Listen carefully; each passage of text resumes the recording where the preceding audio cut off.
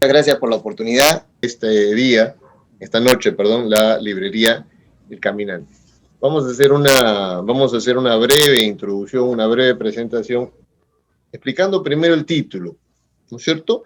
Por qué el título de Último Reducto de la lucha por la independencia? Como bien manifestó el señor Domínguez, pensamos o creemos que todo concluye con la batalla de Ayacucho el 9 de diciembre de 1824. Pero ¿qué fue lo que sucedió? El que era comandante de la Plaza del Callao, el brigadier José Ramón Rodil y Campillo, se niega a aceptar los términos de la capitulación de Ayacucho y presenta una resistencia por un término más allá de lo esperado, ¿no? Y esta resistencia del brigadier Rodil se prolonga hasta enero de 1826, ¿no? Es por eso que muchos historiadores consideramos que el término de las luchas por la independencia es en esa fecha, en enero de 1826 y no en 1824. Ahora, hay que decir, para explicar todo esto, hay que contar un poco los antecedentes de este segundo sitio, porque hubo, como estoy explicando, dos sitios. Cuando entra San Martín a Lima, el Callao, el Real Felipe, evidentemente, pues está y bajo el mando del general Lamar, después presidente de la República. Y San Martín logra rendir el Real Felipe, ¿no es cierto? Tiene una serie de movimientos, una serie de estrategias que logra que finalmente pues, capitule, le da una capitulación bastante generosa, y San Martín toma posesión del Real Felipe del Callao. ¿Qué sucedió? ¿Por qué es que el Real Felipe pasa a poder realista? Hay un motín de sargentos, ¿cierto? Un motín de Llano y Oliva, que son dos sargentos, evidentemente de plana menor, que un motín, una protesta por sueldos atrasados, ¿no? Y la rebelión, el motín se les escapa de las manos y hay un oficial realista allí en el Callao, el coronel Cariego. El coronel Casar lo convence al sargento Moyano de dar el Real Realistas. Esto explica por qué Real Felipe pasa a poder realista cuando está en control total. Porque evidentemente, pues, Casariego dice a Moyano, mano, si usted persiste en esta postura, lo que va a pasar es que van a fusilar, si es que usted no se pasa a los realistas. Y es por esto, pues, que Moyano atiende el ofrecimiento de Casariego. Casariego dice, mire, que el señor Moyano, acá dentro del ejército realista, tener pues un alto grado, se le va a dar el grado coronel, y Moyano acepta y le entrega pues las llaves o la posición del Real Felipe al coronel Casariego. Casariego inmediatamente se comunica con él, designa como jefe de la Plaza del Callao a ser el protagonista central de los sucesos, que es el brigadier José Ramón Rodríguez Campillo, un personaje algo conocido, pero que yo diría mal estudiado, mal comprendido, ¿no es cierto? Porque no se ha hecho hincapié en el estudio de Rodil. O sea, no comprendemos quién es Rodil, porque en los libros tradicionales, el libro, por ejemplo, de Ugarte, o textos tradicionales como el de Lorente, se le consigna pues como un hombre cruel, como un hombre despiadado, ¿no? Y hay que entender un poco la mentalidad de Rodil. O sea, hay que entender por qué eh, es que este señor tuvo o mantuvo una resistencia de tantos años, ¿no? Hay que entender su razón y su modo de pensar, ¿no es cierto? Él estaba convencido, Rodil estaba absolutamente convencido de que manteniendo Real Felipe iba a propiciar una reconquista de los territorios perdidos, ¿cierto? Rodil estaba en el convencimiento de que la ayuda iba a llegar de la Santa Alianza, y que esta Santa Alianza, que era, pues, que venía de Europa, iba a apoyar a España en su intento de reconquista de América, y que el Callao iba a ser pues una suerte de cabeza de playa del cual pues se iba a poder recuperar lo que se había perdido. Hay que recordar que cuando Rodil recibe la noticia de la derrota de Ayacucho, estaba en Chiloé, que es una isla Chile. Estaba el coronel de Quintanilla, y Quintanilla mantenía la plaza de Chiloé, ¿cierto? Estaba también Olañeta en el Alto Perú. Entonces, la idea de Rodil no era para nada descabellada, ¿no es cierto? La idea era que la Santa Alianza lo apoyara y que desde el Callao se hiciera pues un desembarco y de allí pues se retomaran, como reitero, los puntos perdidos, ¿no es cierto? Ahora, también se nos ha dicho que esta resistencia puede ser de un grupo de recalcitrantes, que no había ningún sentido en hacerla. Esta idea de los realistas recalcitrantes aparece en el libro de Alfonso Quirós Norri, ¿no? El famoso libro de la historia de corrupción del Perú, que habla pues del grupo de recalcitrantes españoles, que aparece pues en textos clásicos, ¿no? Aparece en el texto de Mendiburo, y es toda pues una historiografía que habla de ese sentido, porque no se entiende o no se comprende cuáles eran las razones de los realistas que se mantenían ahí. Se habla de necedad, se habla pues de que, por ejemplo, Enrique Chirino Soto, habló del carácter de los españoles, la tosudez, la necedad y la mala intención de Rodil hizo que se prolongara por tanto tiempo la resistencia, ¿no es cierto? Pero hay que entender, como digo, el punto de vista realista. Quisiera yo compartir aquí esta imagen, ¿no? Que es una placa que aparece en, no sé si pueden, si están viendo la imagen ahorita. No sí, sé se ve, sí se ve. Correcto. Entonces, esta es una placa que colocó el gobierno de Leguía en 1926 cuando se cumplieron 100 años de la capitulación, ¿cierto? Entonces, en esa época estaba cambiando un poco la mentalidad o cómo es que se veía a los realistas, ¿no? Ya no se lo veía tanto pues como los necios, los malvados que se quedaron ahí, los obstinados, porque miren lo que dice la placa, ¿no? La placa dice, y voy a ampliarlo un poquito, ¿cierto? Vamos a ver si la podemos ampliar, ¿no? Dice, la nación conmemora el primer centenario de la capitulación del brigadier José Ramón Rodil, rindiendo homenaje de admiración a las fuerzas sitiadoras de mar y tierra de esta fortaleza, pero también a las sitiadas, ¿no es cierto? Entonces hay un cambio de paradigma aquí, o sea, hay un cambio de punto de vista. Entonces se empieza a entender un poco más el punto de vista de la otra parte.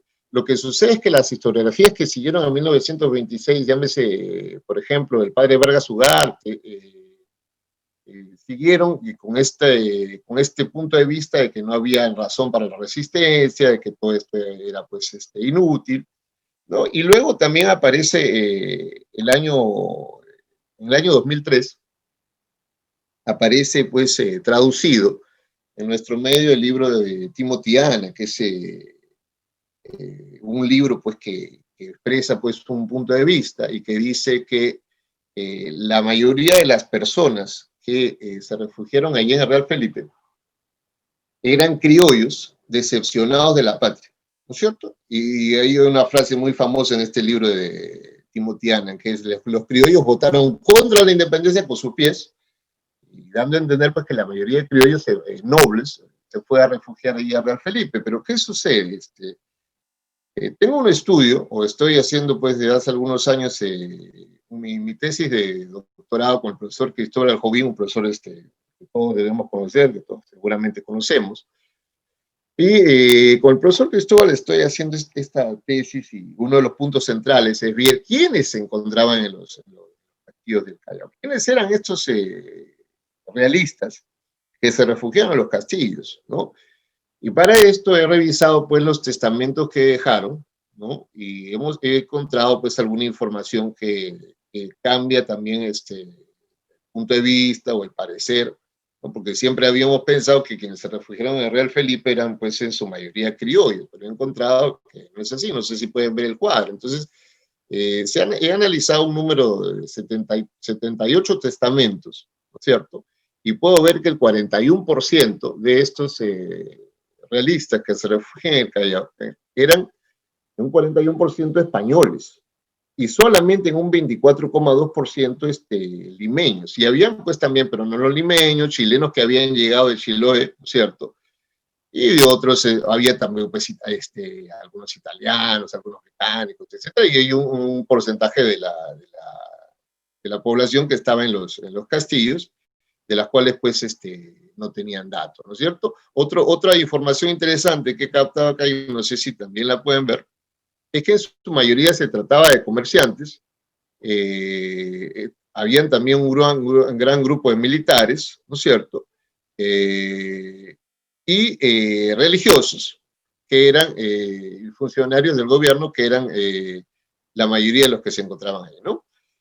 Célebres, entre los que fallecen en el Real Felipe está, por ejemplo, el más conocido es el marqués de Porretagle y Portocarrero, que tiene pues una historiografía que también le va muy en contra, se lo considera traidor, ¿no?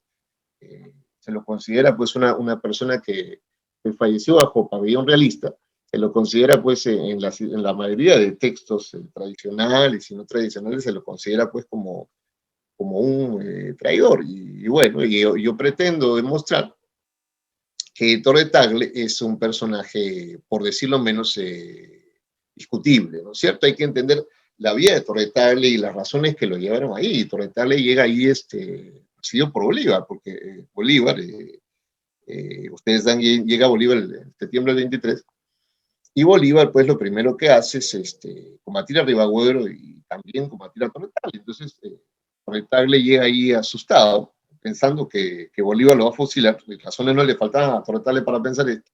Se refugia en el Real Felipe y finalmente, pues, muere allí, ¿no? Víctima de la epidemia de escorbuto, porque hay que decir, entre otras muchas cosas que hay que decir, pues es que estos realistas que se quedaron allí en el Callao tenían bastantes provisiones, pero el sitio se fue prolongando y acá justamente también tengo un cuadro donde se muestran las provisiones que tenían. No sé. Sí, la imagen, si puede mostrarla, por favor.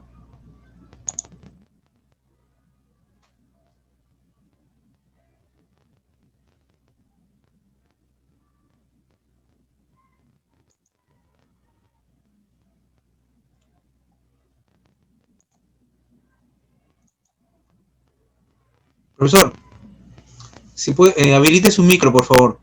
Ya, disculpa, ya. Les decía, estas Sí, sí, sí. provisiones, no me di cuenta. La imagen, si le puede mostrar, por favor, porque no se está viendo. A ver si la podemos Sí. agrandar. Este es un cuadro. Se ha quedado en el rinden tributo. Creo que comparte nuevamente la imagen. Vamos a ver. Ahí está, ya la pueden ver. Ya, ahora sí. Gracias. Sí. Entonces, este es un documento de Viaje N, ¿no es cierto? Que nos permite ver pues la gran cantidad de provisiones que había en el Real Felipe, pero ¿qué sucede? El sitio está prolongado, el sitio es tan largo que al final estas provisiones se van agotando paulatinamente. Y de los 3.000 y tantos hombres que tenía Rodil, al final pues quedan 400. En enero de 1826, y estos 400 hombres, famélicos, totalmente en condiciones deplorables, son los que al final capitulan. ¿Sí? Y la capitulación que le da Bolívar a Rodil es una capitulación bastante generosa, ¿no? Es una capitulación que se discute mucho también por qué Bolívar fue tan generoso con Rodil, ¿no? Después de que Rodil le había planteado una resistencia, pues, tan férrea. Consejeros, hombres de confianza de Bolívar, como por ejemplo en su momento, que lo fue Manuel Lorenzo de Vidal, le proponen a Bolívar, ¿por qué usted simplemente no entra en tanto, en vez de entrar en tanto miramiento, porque simplemente no lo mete un cuadro y lo fusila a todos, ¿cierto? Pero Bolívar quiere ser magnánimo, quiere ser generoso y le da a Rodil pues una capitulación con todos los honores. Rodil era un tipo que evidentemente pues calculaba muy bien lo que tenía que hacer. O sea, como dije en un inicio, hay que comprender el punto de vista de Rodil. Y Rodil cuando regresa a España pues es recompensado, pues, es muy premiado, ¿no? Llega pues a un alto cargo, llega a ser ministro de guerra primero y el jefe de gobierno después, un cargo altísimo. De modo que había que entender pues que Rodil tenía que jugar sus cartas y efectivamente pues la jugó, ¿cierto? No era una resistencia sin sentido, sino que Rodil estaba convencido de que los auxilios iban a llegar. Él tiene una memoria que fue publicada por Guillermo Loma en 1955 y en esa memoria Rodil le explica que él había puesto como fecha límite para su resistencia septiembre de 1825. ¿No? Para esa fecha, en octubre, septiembre, octubre, Rodil se da cuenta de que la Santa Alianza finalmente no lo va a ayudar, porque hay un buque de guerra francés que pasa por el Callao y se pasa de frente. Ese es el punto de inflexión, digamos. Cuando pasa este buque de guerra francés en el Callao y pasa de frente sin apoyar a Rodil, sin siquiera recalar en el Callao, Rodil se da cuenta que la resistencia pues ya es por demás inútil, ¿no es cierto? Y los abastecimientos, estos tan numerosos abastecimientos que se ven en el documento empiezan a agotarse. Está ya la epidemia de escorbuto, en ese momento no se sabía, pues o no se tenía idea que el escorbuto se cura con vitamina C, no se sabía. Y hay un montón de personas que empiezan a morir víctimas de esta epidemia y del agotamiento de los comestibles y los bebestibles, ¿no es cierto? Hay que decir una cosa bien importante que también subrayo en mi estudio, es la influencia de la prensa oficial. Hay dos periódicos que se imprimen en el Callao, o hasta tres, si queremos considerar el triunfo del Callao que se imprime en Lima. Hay un periódico importante que se llama El Depositario. Entonces, este depositario le daba a las personas las razones, o le arma todo un esquema mental a las personas les da las razones o el soporte ideológico que tenían estas personas para poderse quedar en el Callao. O sea, les da razones muy, muy poderosas que van tomando pues el ejemplo o el armazón de la religión. Le habla de un orden establecido, le habla de fidelidad rey, que esta fidelidad rey tiene que ser continuada, y es Rodil el encargado de hacer continuar esta fidelidad, ¿cierto? Hay esquemas muy claros que están presentes en la mente de los sitiados. Acá voy a compartir otro cuadro, no sé si ahora lo pueden ver en un ratito, voy a ponerlo aquí. Este cuadro, este esquema, explica un poco qué había en la mente de los sitiados, ¿cierto? Rodil era representante del orden, ¿cierto? El representante, Rodil se convierte ahora en el representante del rey de España, ¿cierto? Y el rey de España es evidentemente representante de Dios. Estas son ideas del antiguo régimen. Entonces, aquí está la ayuda de las potencias. Rodil es el representante de un gobierno establecido por la nación española.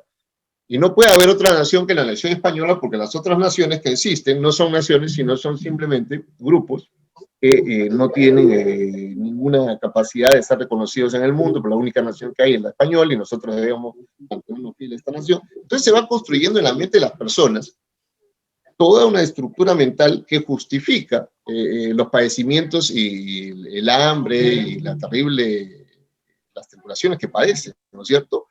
En el periódico el Depositario se habla pues de los valores de fidelidad, de obediencia, ¿no es cierto? Y son valores que Rodil también va subrayando en sus proclamas, ¿no es cierto? Hay unas proclamas que Rodil va lanzando y parece que hay una coordinación entre este periódico, cuyo director, cuyo único editor era un periodista muy famoso que se llamaba Rico Yangulo. Entonces, Rico es el soporte ideológico de Rodil, son amigos evidentemente, y construyen toda esta serie pues, de imaginarios en la mente de las personas. No sé si acá tenemos otro cuadro, ¿no es cierto? Donde las potencias europeas de la Santa Alianza adquieren un orden, pues, una prioridad grande, ¿no es cierto? Son las potencias las llamadas a restablecer este orden natural que ha sido perturbado por los insurgentes, es lo que dice en buena cuenta el discurso del Depositario, ¿no es cierto? Entonces, como ven en este esquema, no sé si lo están viendo, amigo Domínguez? Sí, estamos viendo la primera parte donde dice Dios, Rey, Rodil, jefes oficiales. Ya, este esquema es la representación de sentido, de las redes de sentido de los imaginarios, siguiendo lo que dijo Rodil en una de sus proclamas. Por abajo tengo la fecha, que es la proclama del 17 de marzo. Rodil habla de nación, de honor, y son los mismos valores de los cuales habla el periódico Depositario, ¿no es cierto? Aquí tenemos una idea planteada por el periódico Depositario en su edición número 110 de fecha 13 de septiembre del 24. Entonces, donde se da el mismo esquema, ¿no es cierto? Orden natural, Dios, para yo entender lo que sucede en el Real Felipe, para entender por qué estas personas se empecinan en seguir ahí, yo tengo que entender qué cosa había en la mente de estas personas, o sea, cuáles son las razones que los obligan a quedarse o que los hacen quedarse, ¿no? Porque se ha dicho que Rodil los obliga, se ha dicho de que eran necios, de que lo hicieron para dañar a los patriotas. Entonces, no se comprende la mente de los que están ahí en el Callao. Entonces yo tengo que ver qué cosa es lo que ellos están pensando, ¿no es cierto? Y muchas de estas redes de sentido, de estos imaginarios, ¿no? Se ven plasmados en las frases que dejan los testamentos, ¿no es cierto? Como dijo Porras Barrenechea en uno de sus famosos estudios, yo tengo que ver, al analizar la prensa, Porras siempre decía, yo tengo que ver cómo esta prensa está reflejándose en la cotidianidad de las personas, ¿eh? Cómo esta prensa se refleja en el día a día de las personas, ¿no es cierto? Y para ver ese día a día de las personas, lo único que nos queda es ver los testamentos, ¿no es cierto? Y eso es lo que hemos hecho. Entonces estamos viendo que estos testamentos se expresan en alguna parte, no en toda, porque evidentemente pues hay algunos testamentos que no cuentan mucho, pero vemos sí que hay algunos que reflejan este esquema mental, este discurso oficial, porque es un discurso oficial, que dieron a conocer Rodil, ¿cierto?, en sus proclamas, y el periodista Gaspar Rico y Angulo en su periódico El Depositario. Hay otro periódico que justo mi amigo Cristian Rodríguez Aldana, que va a exponer a continuación, me hizo conocer, que es el que yo no conocía, ¿no es cierto?, que se llama El Desengaño. Entonces, en El Desengaño también hay un discurso más o menos parecido. Se habla del apoyo de la Santa Alianza, se habla de la llegada de los refuerzos. Entonces, estos refuerzos al final, evidentemente, pues nunca llegan, ¿no es cierto? Pero son importantes en el imaginario colectivo de estos realistas que se quedan allí en el Callao y, como les digo, tienen una resistencia, pues, que va mucho más allá de lo esperado, ¿no? Porque hay comunicaciones, pues, en la colección documental, hay documentaciones y cartas de comunicaciones de UNANUE a Bolívar, donde UNANUE le comenta, pues, en el mes de abril, mes de abril de 1825, mes de mayo, le dice, esperamos, pues, que estos realistas ya se rindan o capitulen, pues, en un par de meses o en un par de semanas, ¿no es cierto? Esta comunicación desde UNANUE a Bolívar pues tiene fecha de mayo del 25, pero como sabemos que esto se prolonga pues mucho más allá de mayo del 25, ¿no es cierto? Esto termina pues recién en enero del 26, o sea, esta resistencia va pues mucho más allá de lo que Bolívar y UNANUE pudieron imaginar, ¿no es cierto? Va mucho más allá de cualquier otro tipo de resistencia, ¿no? Bueno, comparable quizá a la que tuvo Quintanilla en Chiloé, ¿no es cierto? Pero es pues importante que nosotros conozcamos, ya con esto termino para que dar paso a mi amigo Cristian, es importante saber que esta resistencia en el Callao es lo que se conoce o los historiadores conocemos como el segundo sitio del Callao, ¿no? Porque hubo un primero, primero que fue más o menos rápido, ya he relatado, que es cuando San Martín, pues a través de movimientos estratégicos, que no voy a describir aquí, que Carlos Vice llamó la Batalla Blanca, en 1926, el historiador Carlos Vice escribió todos estos movimientos estratégicos correspondientes al primer sitio con el nombre de Batalla Blanca, y logra pues San Martín entrar a Real Felipe, y ese es el primer sitio. Este segundo sitio del Callao, que es el que estamos comentando, el que nos reúne hoy día, es el que termina en enero de 1826. Por eso es que se considera que Real Felipe fue pues el último reducto en la lucha por la independencia de América. Muchas gracias y quedamos acá pues obviamente para las dudas, para los comentarios, ¿no? Que de eso se trata de conversar un poco sobre este segundo sitio y sobre Real Felipe del Callao. Muchas gracias, señor Domínguez. Gracias. Quedamos acá para los comentarios. Vamos a escuchar a Cristian ahora. Agradecer a Ever Domínguez y a la Librería El Caminante por permitirme hablar otra vez sobre Rodil el Callao y la independencia, ¿no? En realidad fue interesante la propuesta de Ever Domínguez, pero para mí es más interesante poder dialogar con otro especialista sobre el tema, que es Jorge Castro Olivas, ¿no? Yo ya no trabajo ese tema ya hace un buen tiempo, pero sin embargo creo necesario e interesante el trabajo que está haciendo Jorge con respecto a la tesis de doctorado sobre el Callao. Sin embargo, a mí me gustaría hablar sobre la necesidad que hay para poder estudiar ese último reducto de esa América ibérica, tanto española como portuguesa, considerando al Callao no solamente para el lado español el último reducto, sino que yo podría considerarlo como ese último reducto, no solo español, sino de esa monarquía, de dos monarquías, ¿no? Tanto la lusitana como la española, debido a que hay muchos parecidos y muchas diferencias entre la independencia del Perú y la independencia del Brasil, ¿no? Ya que estoy acá, es muy interesante porque el Brasil, al igual que el Perú, proclama su independencia, pero no la consolida de forma concreta, ¿no? O sea, don José de San Martín, el 28 de julio de 1821, proclama la independencia del Perú, pero no la logra consolidar porque para eso se necesita de muchos años más y de una nueva corriente libertadora para poder consolidar esas independencias, algo que también ocurre en el Brasil, ¿no? El rey don Pedro I proclama la independencia del Brasil el 7 de septiembre de 1822 y se va a necesitar de la astucia de un conocido por nosotros, que es Lord Cochrane, para lograr consolidar la independencia en 1823 de otras regiones del Brasil que no querían ellos someterse al dominio independiente de Don Pedro, sino que querían seguir bajo dominio portugués. Y estas zonas son Pará, Maranhão y Bahía, ¿no? Considerando a Bahía como ese último reducto. Volviendo al tema del Callao, a mí me resulta interesante poder relacionar, porque es imposible estudiar al Real Felipe, que su nombre es Castillo de San Felipe el Real, sin tener en consideración otros reductos, ¿no? Tanto como el que ya mencionó Jorge, tanto como el del Alto Perú al mando de Pedro Antonio de la Nieta, último virrey del Río de la Plata, y de Antonio de Quintanilla, que es el gobernador que se encuentra en la fortaleza situada en Chiloé. Sin embargo, yo quisiera hablar un poco también sobre el impacto de la llegada de Bolívar y por qué Bolívar, al dejar la capital, ¿no?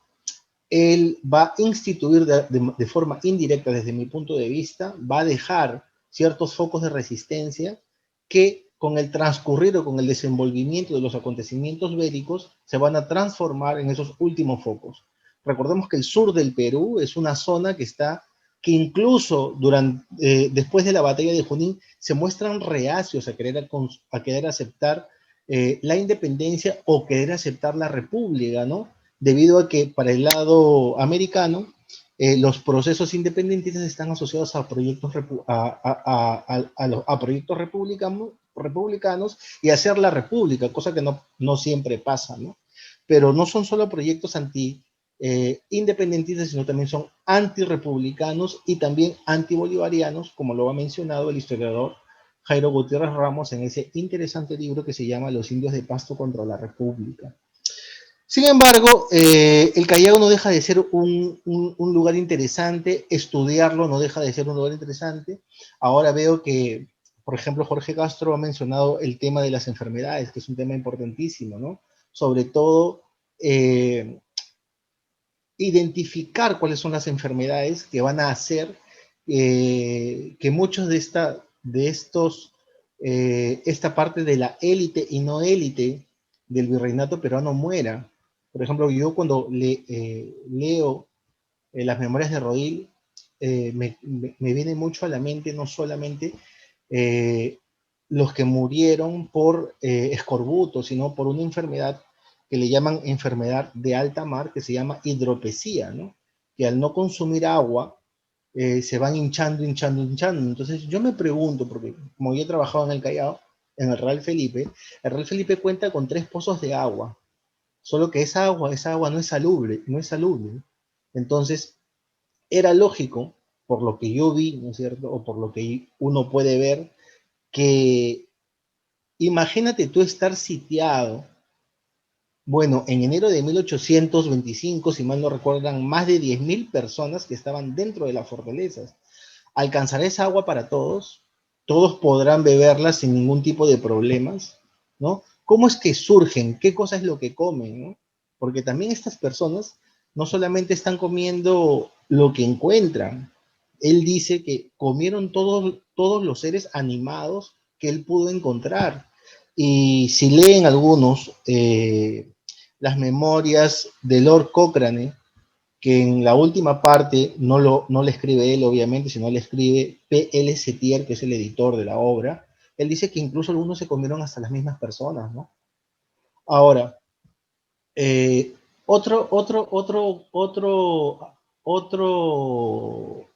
dato importante, o mejor dicho, otro argumento importante que a mí me llama mucho la atención es, y lo he escuchado a otros historiadores que también estudian el Callao y la independencia, es de que ellos no pueden concebir el porqué de una capitulación tan honrosa, ¿no? Y con ello también viene la concepción de guerra civil, que yo constantemente la escucho cuando oigo hablar a mi querido amigo Gustavo Montoya y a otros historiadores más. Y es que los primeros de hablar de una guerra civil son los mismos memorialistas, o sea, son los mismos oficiales del ejército español los primeros en hablar de una guerra civil para el Perú. Pero ¿cómo no quieres que ellos vean una guerra civil si es que él, por ejemplo, lo digo leyendo las memorias de Jerónimo Valdés, ¿cómo no quieres que Jerónimo Valdés vea una guerra civil si frente a él, en los campos de Ayacucho, tienes a otros que hace poco nada más, o sea, me refiero a hace 3 o 4 años, formaban parte del ejército realista español y sus documentos los acreditaba como españoles?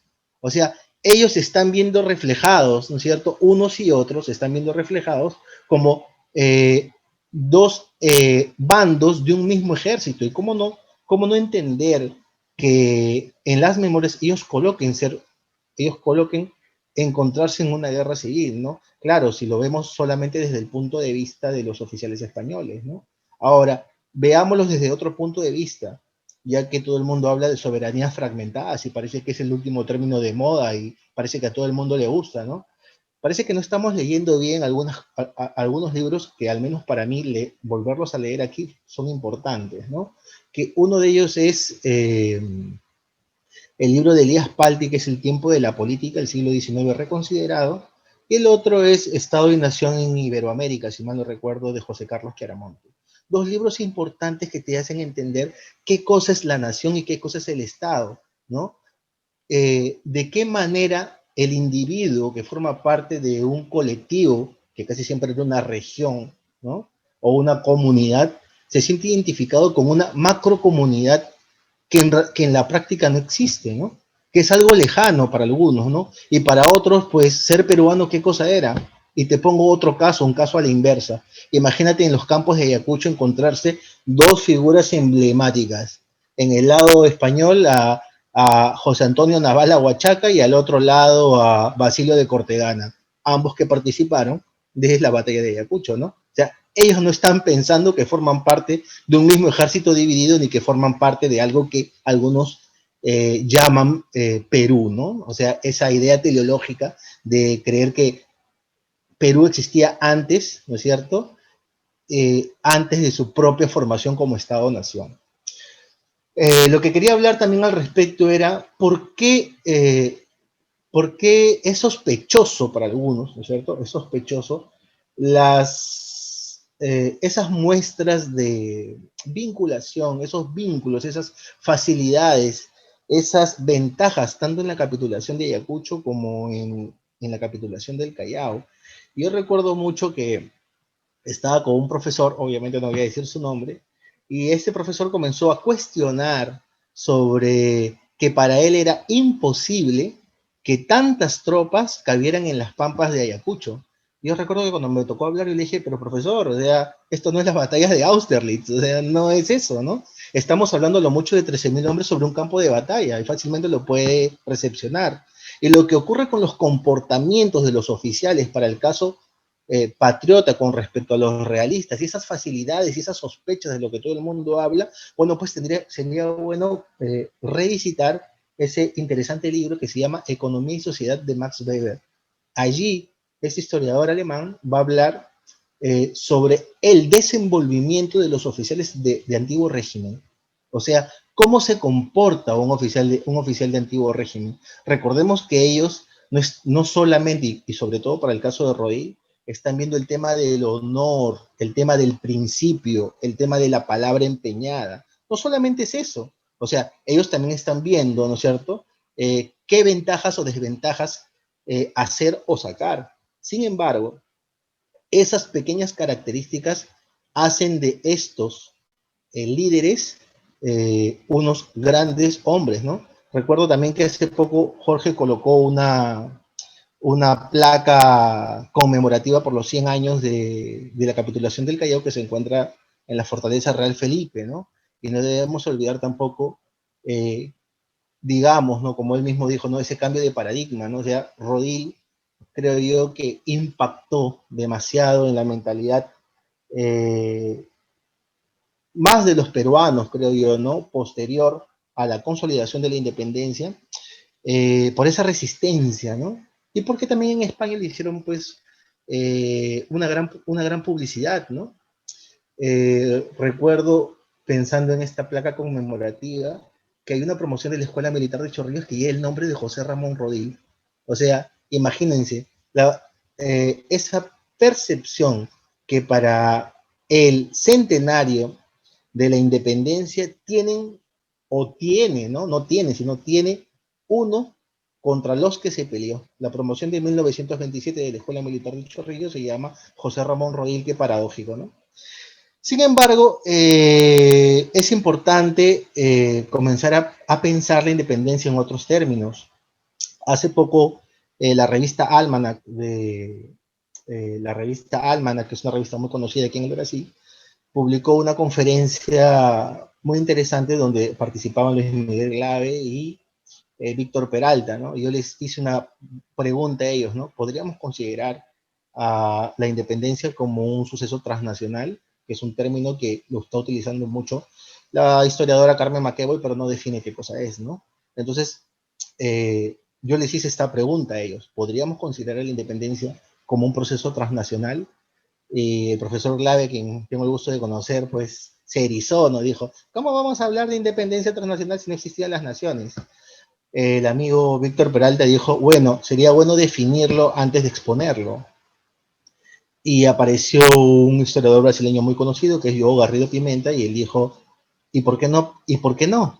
O sea, ¿por qué no llamarle así? Y lo que yo tendría que decir al respecto, ya que el profesor Glave mencionó mucho de que no existían naciones, efectivamente, y qué investigación transnacional sobre el siglo XIX toma en cuenta de las naciones. Ninguno, justamente porque no existen, como se configuraron durante el siglo XIX, que se llaman así ese tipo de estudios, ¿no?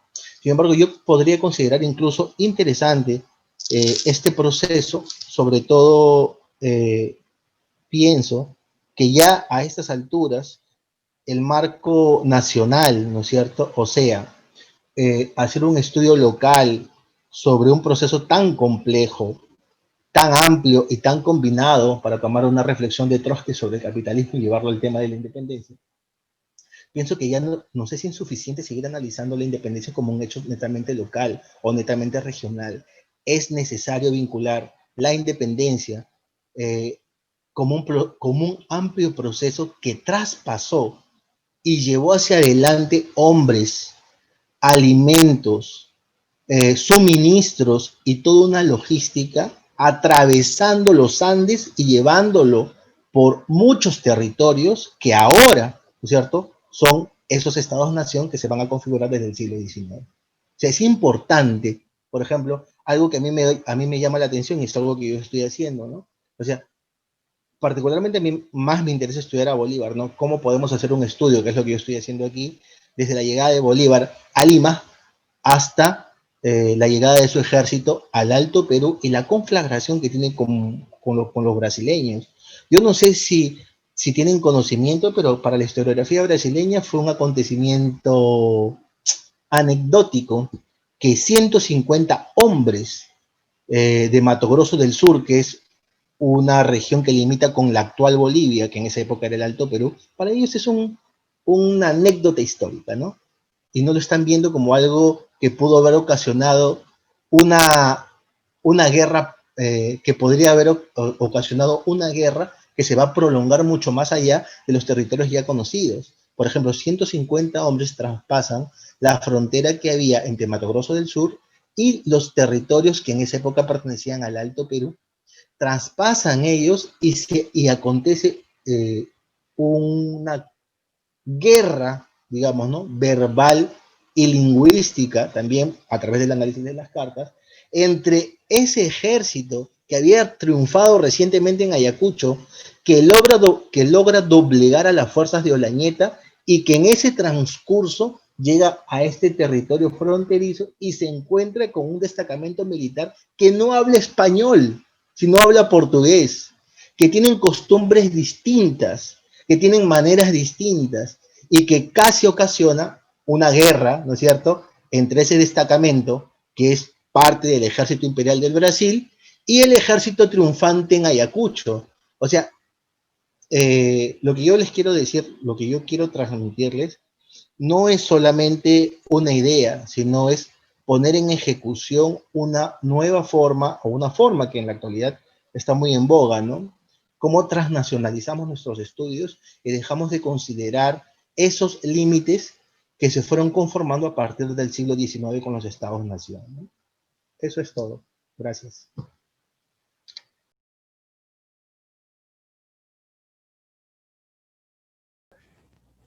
Bueno, como ya leí hace un momento, cuando regresa Rodil, es recibido, conocido no solamente él, sino también los oficiales que estuvieron con él.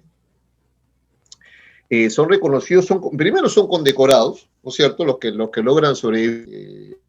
Hay un barco que se llama La Estrella y traslada pues a los de los 400 que sobrevivieron, regresaron a España 100, ¿no es cierto? Por eso el profesor Vigilio Ruel hablaba de que estos españoles, estos realistas no debieron quedar, y el profesor Vigilio Ruel. Pero bueno, resumiendo, de los 100 que regresaron, entre sargentos, oficiales, la mayoría fueron condecorados, ¿cierto? Y como te refería, Rodríguez llega a ser, pues, ministro de Guerra primero. Él siguió haciendo política en España, o sea, él siguió siendo un miembro importante de la española. Y después de ser ministro de Guerra, luego importante ser ministro de gobierno, logra pues un cargo altísimo, ¿no? Y muere pues a los 64 años de edad, me parece, siendo pues un miembro conocido del Estado español. Mi amigo el profesor Quirós, Francisco Quirós Chueca, que todos seguramente conocemos, comentando sobre Rodil, decía pues que hay que tener en cuenta que Rodil tenía un cierto club político cuando seguía con esta resistencia. Rodil está pensando lo que iba a pasar en España cuando regrese. Y por eso es que jugó sus cartas en ese sentido y la jugó bien, porque regresa a España y es totalmente pues reconocido, aplaudido, como dijo Cristian, pues hay mucha publicidad también sobre lo que hizo Rodil, es muy conocido, se hace muy conocido en España y logra pues tener un altísimo cargo, ¿no? Gobierno español, ¿no es cierto? Si bien es cierto que este cargo lo mantuvo por poco tiempo, pero logra pues que ninguno de los oficiales que estuvo aquí combatiendo logró, ¿no? Él tiene un documento fechado en 1838, un documento que publica ahí en Madrid, donde él pues se jacta y dice: en mis brazos dio su último suspiro el virreinato español de Perú, y en mis brazos mostré el aliento de la colonia española, ¿no es cierto? Y ese el aliento habla pues de su larga resistencia que fue, te digo, reconocida en España, ¿no es cierto? Al respecto, me gustaría recomendarles un libro muy bueno que es literatura de Fabricio Tealdo Sassali, que se llama El Marqués en el exilio, que es un libro obviamente que es literatura, ¿no es cierto? Tiene errores históricos, obviamente, pero tiene un pasaje que a mí me deja muy interesado, ¿no? Que es sobre, él reconstruye un hecho que pudo haber sucedido, ¿no? Que es cuando el rey Fernando VII, que no se encontraba muy bien de salud, lo llama a Rodil para conversar con él, ¿no? Y, y le dice que cuando él se muera, ¿no es cierto?, va a acontecer un suceso, ¿no? Un suceso que puede llevar a una guerra por la sucesión en el trono, y le dice que él no deje desamparadas a sus hijas. En realidad, yo pienso, bueno, cuando yo comencé a estudiar esto de los castillos del Callao, ya tarde, ¿no es cierto?, me di cuenta que así como el filósofo de Treveris, ¿no? Así le llaman a Marx, comenzó a estudiar a sociedades más desarrolladas para poder entender esas sociedades precapitalistas. Yo entendí que para mí era necesario estudiar las guerras carlistas para ver cuál es el desenvolvimiento político de los oficiales realistas. Porque ese suceso, las primeras guerras carlistas, cuando uno estudia ese proceso, se da cuenta que muchos de los oficiales eh, se muestran políticamente tal cual son, ¿no? Y eso es importante de resaltar. Y otra cosa es que en agosto de 1826 Rodil llega a La Coruña, ¿no? Y apenas él baja del barco, ¿no es cierto?, como bien señaló Jorge Castro, no llega solo, llega con un importante líder guerrillero llamado Atanasio Pamo, que es un Claro. canteño que lo último que yo pude saber de él es que tiene secuelas de disparos en el brazo y tuvo que hacer tratamientos, ¿no? Porque eso es lo que la Gaceta de Madrid señala, ¿no? Se tuvo que hacer tratamientos en la arena para poder tener una movilidad en el brazo porque prácticamente lo tenía inutilizado, ¿no? Entonces, yo quisiera resaltar que es necesario también estudiar a ese otro lado, ¿no? O sea, a los españoles que no ofrendaron su vida, digamos, y puedo sonar hasta un poco romántico, ¿no? Sino que ofrendaron su vida para servir a un rey que probablemente nunca iban a ver. Es un rey que estaba a miles de kilómetros del continente americano y que ellos juraron defender hasta con la vida, ¿no? Es eso.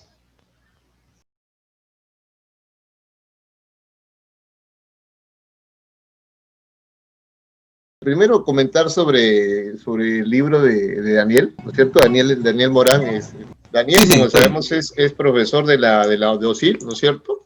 Y él tiene su tesis de doctorado sobre el impacto de la prensa y el rol de la prensa en el proceso emancipador, ¿no es cierto? Y siempre hay que resaltar, pues, como por ejemplo este caso de Real Felipe, que hemos hablado, pues, que habían 2 y hasta 3 periódicos que tenían pues una gran influencia en explicar pues cuál era la versión oficial, ¿no? Cuál era la prensa oficial y la ideología y lo que había en la mente de las personas, ¿no? Estos periódicos, como ya mencioné, pues son el Depositario y el Desengaño, pues que bien me fue mostrado por Cristian, y también hay otro periódico que se llama El Triunfo del Callao.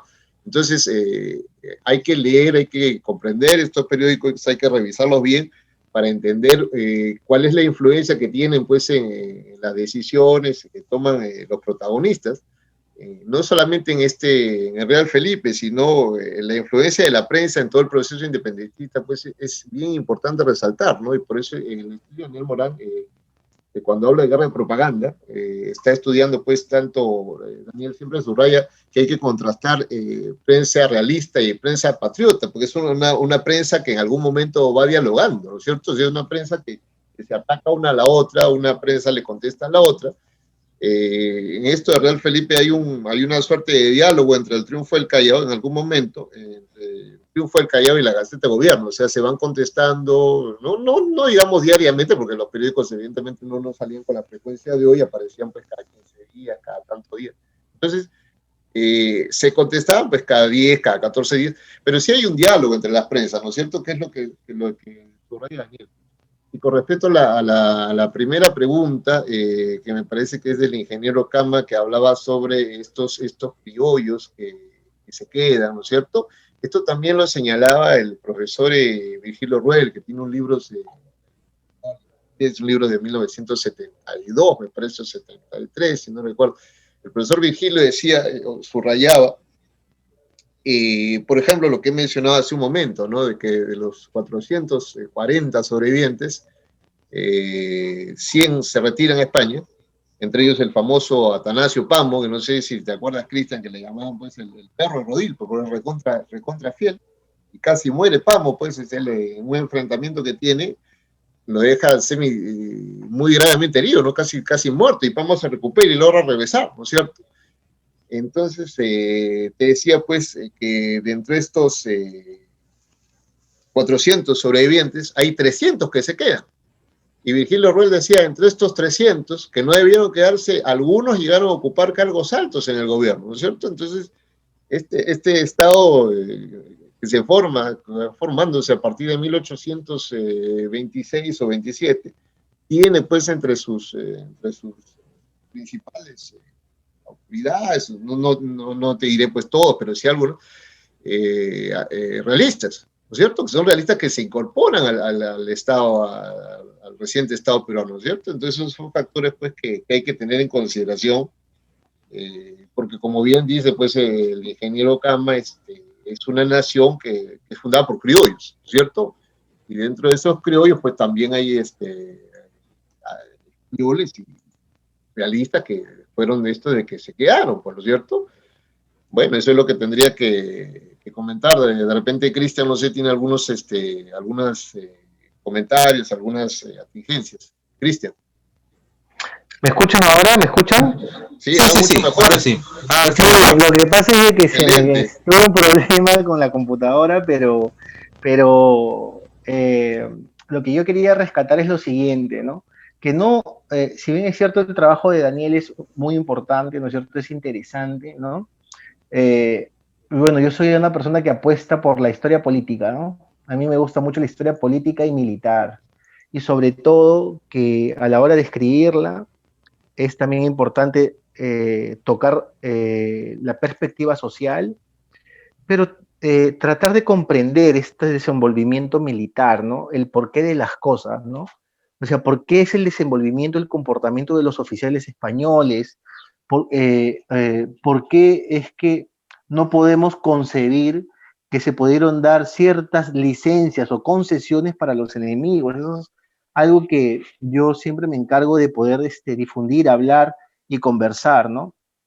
Vi una pregunta ahí que me pareció interesante, ¿no? Que quiero verla ahorita, bueno, no la puedo ver ahorita, pero es una de las últimas, que hablaba algo sobre los esclavos negros. Sabes que cuando hice mi investigación sobre el Callao, el Centro de Estudios Históricos Militares tiene 6 cajas de documentos sobre el sitio del Callao, ¿no? Y en esas 6 cajas de documentos, yo recuerdo haber encontrado, al igual que en la Municipalidad de Lima, un documento que hablaba sobre la prohibición de que los esclavos, porque hay una pregunta de esclavos, hicieran las zanjas para sitiar el Callao de parte de las fuerzas patriotas. Y ahí decía específicamente que a ellos no les convenía que negros esclavos hicieran las zanjas porque como se disparaba, ¿no es cierto?, balas de cañón y de rifle desde las fortalezas y morían estos esclavos, era el gobierno patriota, entre comillas, el responsable de resarcir con el mismo esclavo de la misma edad y con la misma fuerza y envergadura a la persona que lo había perdido porque tenía que haber dado el esclavo para que construya la zanja.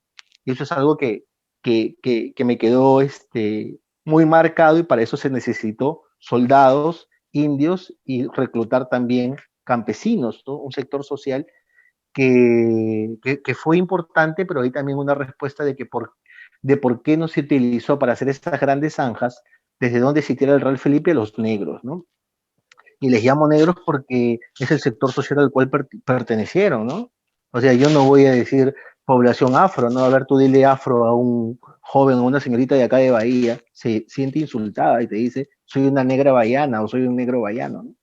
Pero otra cosa también que quería compartir con ustedes es, lo que pasa es que las preguntas te dejan, te traen a colación muchos otros trabajos y muchos otros estudios que tienen que ver también con otras lecturas que uno tiene, ¿no? Y es de que, por ejemplo, a mí me resulta muy interesante ese parangón entre esa América que está dividida, ¿no? Por una línea imaginaria que ahora ya es una línea fija, ¿no? Una línea demarcatoria, ¿no? Y es cómo es que nos comparamos si no nos, o sea, cómo es que nos comparamos si no nos comparamos con el Brasil. Por ejemplo, bueno, para nadie es una sorpresa que a mí me gusta mucho estudiar no solo a los españoles, para lo cual fui tachado de monárquico en un congreso de historia nacional, y también llegar a Brasil y preguntarme cuáles son esos focos o regiones del Brasil que no aceptan la independencia. Claro que aquí el proceso es diferente, ¿no? Pero es importante encontrar procesos tan disímiles con el Perú, cosas que parecen y que no parecen, ¿no? Interesante. El año 2018 tuve oportunidad de participar en un congreso en Chile. Justamente estaba el amigo Joao Pimenta, que hace un rato lo mencionó Cristian, ¿cierto? El amigo Joao Pimenta Garrido de la Universidad de Sao Paulo. Y allí estábamos comentando, era un congreso dirigido por Patrick Puigmal de la Universidad de Los Lagos, en Osorno, Chile. Entonces, este era un congreso que procuraba reflexionar sobre cómo se había formado este Estado-Nación, ¿cierto? Y cómo la problemática, las problemáticas de exclusión, ¿no? Y las problemáticas de desigualdad que tenemos hoy en el siglo XXI, son en buena parte heredadas de los procesos formativos que tuvimos en el siglo XIX, ¿no es cierto? Entonces, este es un punto bien importante, ¿no? O sea, relacionar, este congreso procuraba mucho relacionar el origen del Estado-Nación con la actualidad, ¿no es cierto? Porque es una república un Estado-Nación, una república que se forma sobre la base de los criollos y dando la espalda pues a los indígenas que eran la mayoría de la población. O sea, porque el proceso finalmente pues es liderado y el proceso que triunfa, el proceso independentista que triunfa, es un proceso de criollos y no es un proceso de indígenas, ¿no? Shaw Walker, por ejemplo, en una de sus últimas publicaciones, habla pues de la importancia que tuvieron estos movimientos indígenas y cómo hubiera sido pues si es que lograban triunfar los movimientos de los angulos, o de repente cómo hubiera sido puesto, si bien es cierto es contrafáctico este razonamiento, pero hubiéramos tenido un Estado-Nación totalmente diferente, ¿no es cierto? Con una componente indígena mestizo mucho más importante, ¿no es cierto? Entonces, la pregunta dice, ¿cómo concibo el Estado-Nación hasta la actualidad? Bueno, la respuesta sería que el origen de este Estado-Nación tiene pues prolongaciones y tiene consecuencias hasta nuestro día, ¿no? Son 200 años y hay que preguntarse si la promesa de igualdad, de la independencia, se ha logrado o no se ha logrado, ¿no es cierto? O sea, si somos pues, una sociedad donde todos somos ciudadanos o existen, como dice el profesor de San Marcos, Inesio López, si existen ciudadanos de segunda, ¿no es cierto? Pues Inesio habla mucho de los ciudadanos de segunda en el Perú, ¿no? Entonces, si todos somos iguales ante la ley, sí o no, ¿no? Y si esto tiene su origen en la formación del Estado-Nación en el siglo XIX, ¿no? Como digo, pues es un Estado criollo que da la espalda, pues, a la gran mayoría que era indígena, ¿no es cierto? Esos serían los comentarios que tendría que hacer respecto a la pregunta de la señorita, perdón, del señor Kevin Pachas, me parece que es, ¿no es cierto? Señor Kevin Pachas. Gracias por la pregunta, señor Pachas. Adelante, Cristian, con tu comentario. Mira, mira, los estados-nación se fueron construyendo y se hicieron fuertes a partir del siglo XIX, pero yo quisiera recomendarte una lectura muy interesante de Maria Ligia Coelho Prado, que es una historiadora brasileña de la Universidad de Sao Paulo, muy buena ella, que tiene un artículo que se llama se llama O Brasil y a Distante América do Sul, que es el Brasil y la distante América del Sur. Y ella te va a llevar de la mano para explicarte cómo es que no solo desde el ámbito político se va demarcando una frontera, sino que cómo es que el aspecto cultural, ¿no es cierto?, también va a crear diferencias en el siglo XIX bien marcadas sobre Brasil como potencia y cómo es que también a través de la literatura, ¿no?, te va a aproximar en el siglo XX para vincularte con los otros países de América Latina. Y ella termina diciendo que efectivamente Brasil es y no es parte de América Latina, ¿no? Entonces, respecto a estos procesos de Estado-Nación, a mí me resulta muy interesante porque aquí un profesor me preguntaba sobre ese límite, ¿no?, muy delgado que había entre los territorios del Imperio brasileño y los exterritorios del Virreinato del Perú. Porque él me decía así, ¿no? Mira, yo imagino a Foz de Iguazú, que es el lugar donde yo me encuentro, como una mata donde tienes que meterle un montón de machete a todo para poder construir un camino, ¿no? Y él me decía así, ¿no? Yo no me quiero imaginar cómo habrá sido esa zona, ¿no es cierto?, en 1808, por ejemplo. O sea, el profesor haciéndome una pregunta. Yo en febrero de este año tuve la suerte, porque tuve la suerte de ir al Archivo Histórico Nacional de Río de Janeiro, y ahí yo pude encontrar documentación importante eh, que se intercambiaban las autoridades de estas regiones fronterizas. O sea, autoridades del lado brasileño que le escribían al del lado español, estoy hablando de 1808, ¿no es cierto?, sobre lo que está aconteciendo en la metrópoli, ¿no?, en esa península ibérica. O sea, la invasión del ejército napoleónico sobre Portugal y la ocupación, entre comillas, de este mismo ejército sobre España, ¿no? Y sobre la mala suerte del general Junot, que es el que llega a invadir, ¿no? Y tú ves claramente cómo es que hay un intercambio epistolar muy interesante entre dos personas que, entre comillas, no hablan el mismo idioma, pero se entienden, ¿no? Saben lo que están hablando. Y un dato interesante es de que también tuve la oportunidad de visitar el archivo del Ejército del Brasil, que está ubicado en el Palacio del Duque de Caxias, en Río de Janeiro, y ahí encontré una documentación muy importante que yo espero utilizarla para la tesis de maestría, que es unos tomos gruesos que se llaman los famosos códices, ¿no? Son unos tomos así, bastante gruesos así, y en esos códices que están escritos a mano, las autoridades de Mato Grosso del Sur mantienen comunicación y envían cartas para las autoridades que se encuentran en territorios limítrofes. Ojo, Mato Grosso del Sur está cerca de qué? De ese Alto Perú que después se transforma en Bolivia. Y en esas cartas largas, recuerdo que leí una que me llamó la atención y les voy a decir por qué, ¿no? Y una de ellas le dice, ¿no? Estimados gobernadores, bueno, es un extracto de la carta, ¿no?, porque tiene muchas páginas, dice, ¿no? Tengan mucho cuidado, porque los países vecinos se están independizando, dice, ¿no? Tengamos mucho cuidado porque esos ejércitos independentistas están ganando cada vez más la guerra a través de cada una de sus batallas. ¿Saben ustedes qué fecha tenía esa comunicación de una autoridad brasileña de Mato Grosso del Sur para las autoridades que están en este territorio limítrofe? Su fecha era 9 de diciembre de 1824. Qué interesante, ¿no? Porque era obvio que las noticias sobre la batalla de Ayacucho no iban a llegar en un solo día, o sea, no se van a llamar por teléfono para decir, oye, acá está aconteciendo la batalla de Ayacucho, no, pero sí es importante eh, que para esa fecha, 9 de diciembre de 1824, ya en el otro lado, en el lado brasileño, sobre todo en el lado fronterizo, tienen conocimiento de otra gran batalla que había sucedido meses antes, la batalla de Junio.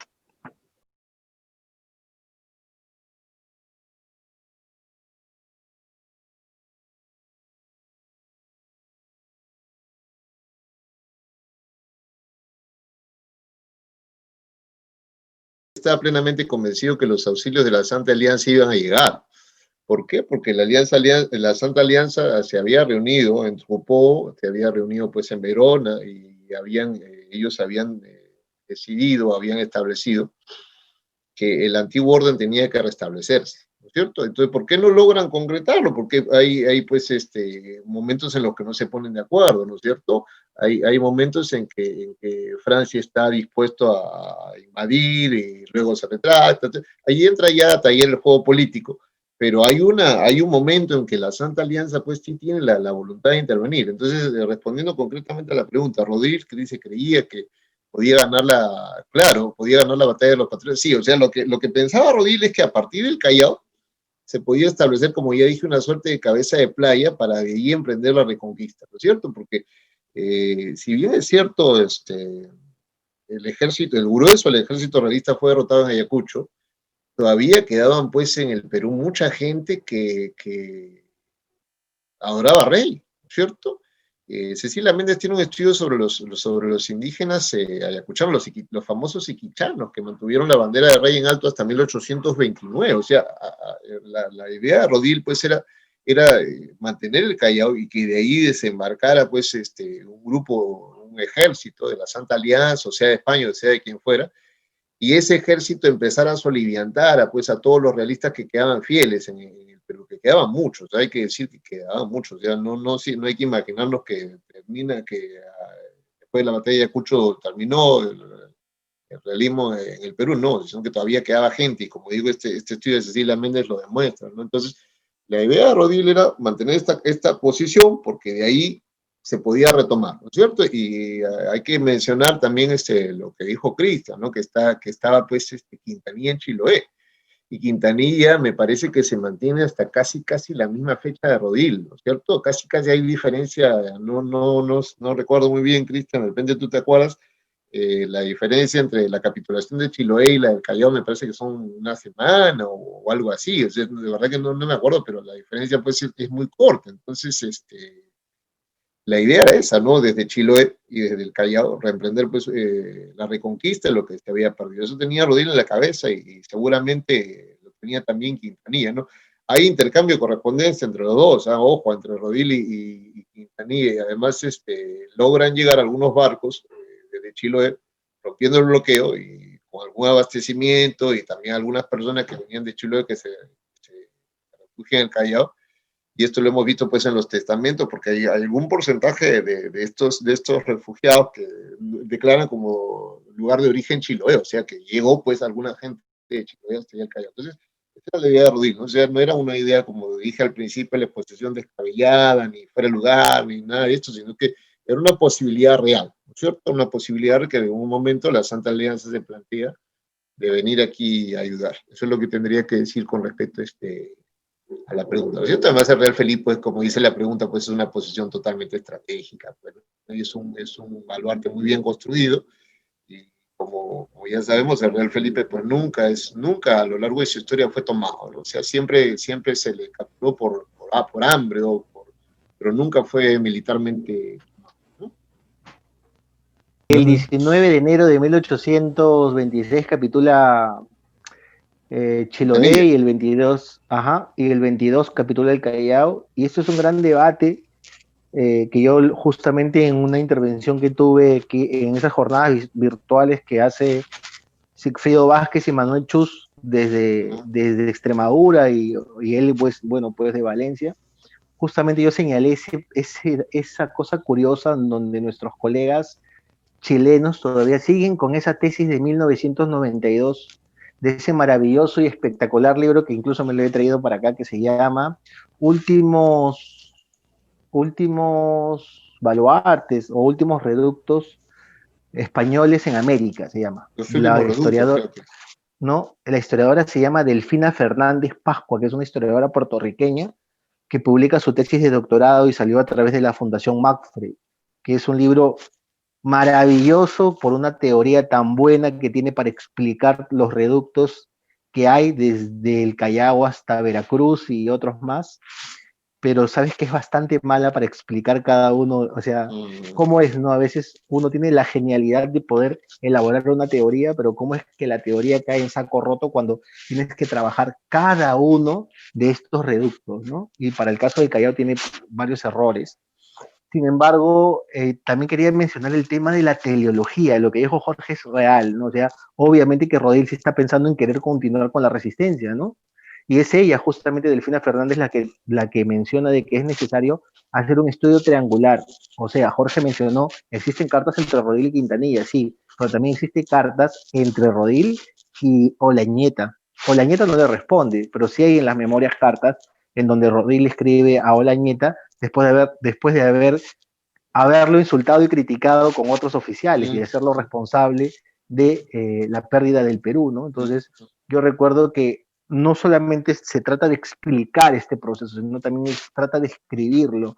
O sea, nosotros, los historiadores, ¿no? No solamente conocemos lo que sucedió, sino que a la hora de escribir tenemos que considerar esas otras variables. No sé si me dejo entender. O sea, nosotros tenemos que contextualizar nuestro relato, nuestra narrativa, porque no vamos a colocar, obviamente, bueno, se ganó en Junín, se ganó en Ayacucho, se capituló en el Callao y acabó. No, hay que mostrar las diversas alternativas que para este caso Rodil tenía para continuar resistiendo, ¿no? Bueno, uno de los libros que yo recuerdo haberle comentado a Jorge, que también me he traído para acá, es uno que se llama Contrafactuales, ¿no? Es un libro de historia contrafactual de un historiador que se llama Richard Evans, que es un historiador muy interesante, y esos ensayos te ayudan o te dan conocimiento sobre cómo considerar muchas variables a la hora de escribir una narrativa histórica. En realidad, esta conversación me ha traído muchos recuerdos bonitos, ¿no? Sobre todo, cómo he disfrutado, por ejemplo, lo he disfrutado en realidad hacer la tesis de graduación de ahí de San Marcos. En realidad yo lo disfruté mucho, pero más disfruté el capítulo 5, ¿no? Que es qué ocurre, y de repente a alguno le interesa y lo puede dar una leída, ¿no? ¿Qué ocurre cuando la armada de su majestad cristianísima española se entera que en Ayacucho se ha perdido el virreinato? ¿Qué es lo que ocurre en Quilca? Porque el barco va para Quilca, ¿no? ¿Qué ocurre con ellos? Y ahí yo hago toda una narrativa, una construcción histórica, ¿no? Incluso algunos me pueden tildar de positivista, tíldenme como quieran, me da igual. Hago toda una narrativa sustentada en fuentes sobre qué ocurrió y qué pasó con esos barcos.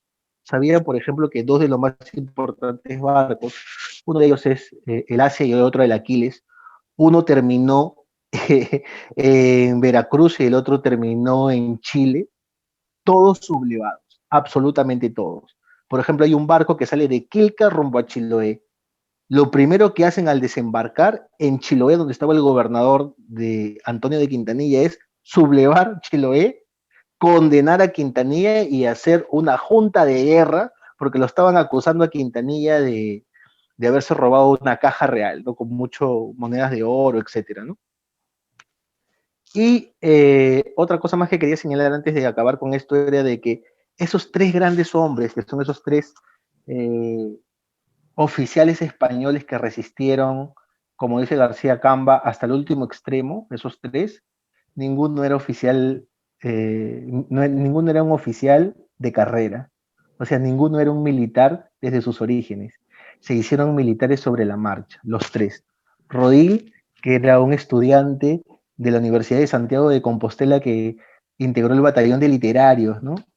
Eh, eh, Pedro Antonio de Olañeta, que era un comerciante, ¿no?